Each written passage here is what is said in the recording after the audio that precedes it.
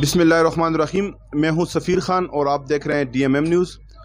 اس وقت میں موجود ہوں اپنے مرکزی آفس ڈسٹرکٹ میڈیا منصیرہ پہ. میرے ساتھ موجود ہیں منصیرہ کے سینئر صحافی اور منصیرہ پریس کلب کے سابقہ نائب صدر اور DMM نیوز کے بانی جناب میر افضل گلزار صاحب اس وقت میرے ساتھ اپنے اسٹوڈیو میں موجود ہیں.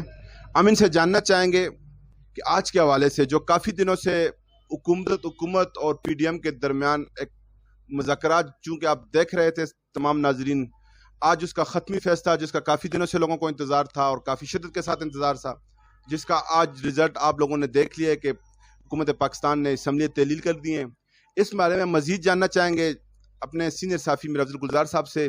جی گلزار صاحب، آپ اس بارے میں کیا کہنا چاہیں گے؟ یہ مسئلہ آئینی بحران کی شکل اختیار کرے گا. چاہیے تو یہ تھا کہ وزیر اعظم پاکستان اپنے اگر فگر اس کے پاس پورے تھے، وہ گزشتہ کئی ماہ سے دعوے کر رہے تھے کہ ہمارے پاس پتہ ہے. وہ پتہ یہی تھا کہ اسمبلیوں وہ خود نہیں توڑ سکتا تھا. اس نے صدر کو ایڈوائزری دی اور اس نے توڑ دی.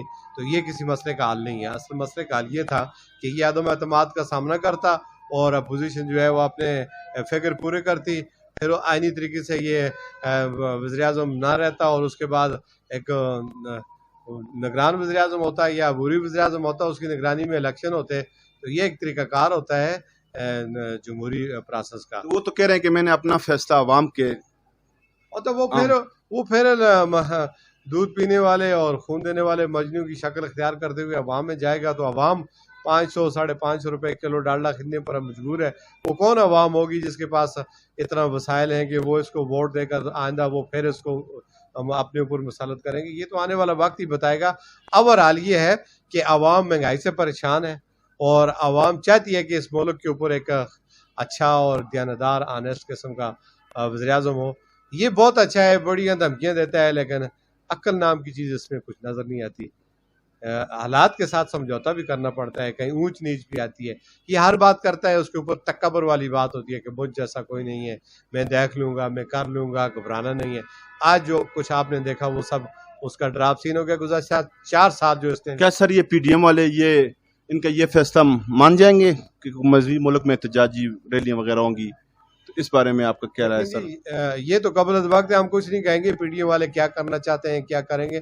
فی الحال تو ہمارے سامنے آئینی بحران نظر آ رہا ہے. اگر PDM عدالت میں جائے گی. سر آپ کے ماشاءاللہ 30-32 سال ہو گئے ہیں صحافت میں، آپ سینئر جرنلسٹ ہیں، آپ نے کافی گزار کی ہوگی ایسی محفلیں، کافی ایسی سیاسی سسٹم.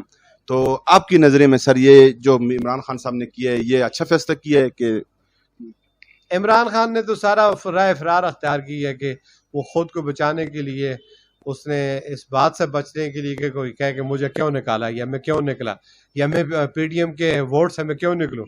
تو وہ خودداری کا اس نے جو مظاہرہ کیا ہے کہ اس نے ایک راستہ اختیار کیا ہے. یہ آئینی راستہ ہے یا نہیں ہے یہ تو سپریم کورٹ خود دیکھ لے گی کہ اگر اس نے آرٹیکل 5 کے تحت اس اجلاس کو اس کو کہا ہے کہ جی یہ عدم اعتماد کے قابل ہی نہیں ہے. جب نہیں تھا تو پھر اسمبلی میں بیٹھتے نا، پھر اس کو ایڈوائزری کیوں دے رہے ہیں کہ آپ جائیں جی اسمبلیاں توڑ دیں؟ سر لاسٹ سوال میرا آپ سے یہ ہے کہ کیا PTI دوبارہ حکومت میں آنے کے چانسز ہیں؟ کیا عوام ان کو دوبارہ ووٹ دے کے سلیکٹ کر کے واپس اسمبلی میں بھیج دے گی؟ اس عوام کا کوئی پتہ نہیں ہے یہ کب کس وقت کیا کرنے والی ہے. اس نے کبھی اپنے دماغ کا فیصلہ کبھی کیا؟ عوام ہے کہاں ہے؟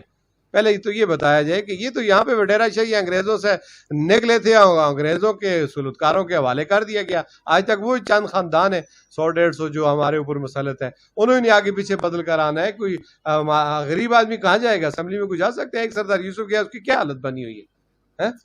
تو اس لیے پاکستان جو ہے نا یہ جاگیرداروں کی منڈی ہے. یہ کسی غریب کی جگہ نہیں رہی کہ یہاں پہ کوئی غریب جائے گا. اور اس کا پہلے تو یہ اپنا آئین ہی تبدیل نہیں کر سکے. پہلے انگریز کا آئین کے نیچے یہ سارا کچھ چلا رہے ہیں کہ جی آئینی شکل اختیار کر گیا. آئین تو اسلامی ہے، اسلام کے نام پر یہ ملک بنا ہے، اس کو اسلامی آئین دیا جائے نا.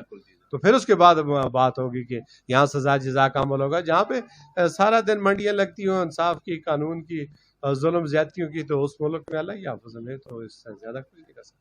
جی بہت بہت شکریہ. اللہ پاک ہمارے اس پاکستان ملک کو جو کہ بنے ہی ایک اسلام کے نام پہ اپنے رب کو حاضر ناظر جان کر وہ لوگ سلیکٹ کریں جو لوگ آپ کی عوام کی خاطر آپ کے، تاکہ کل آپ ان کو ووٹ دیں، ووٹ کی وجہ سے آپ لوگ کو شرمندگی نہ پڑے. تو میں لاسٹ میں یہی کہوں گا کہ ہمارا ملک اس وقت جو کہ بہت آئینی بحران کا شکار ہے، اللہ پاک اس کا حامی اور ناصر ہو. اللہ پاک اس کو ایسے اچھے حکمران اور ایسے نیک سالک حکمران عطا کرے تاکہ اس عوام کا کچھ سوچ سکیں.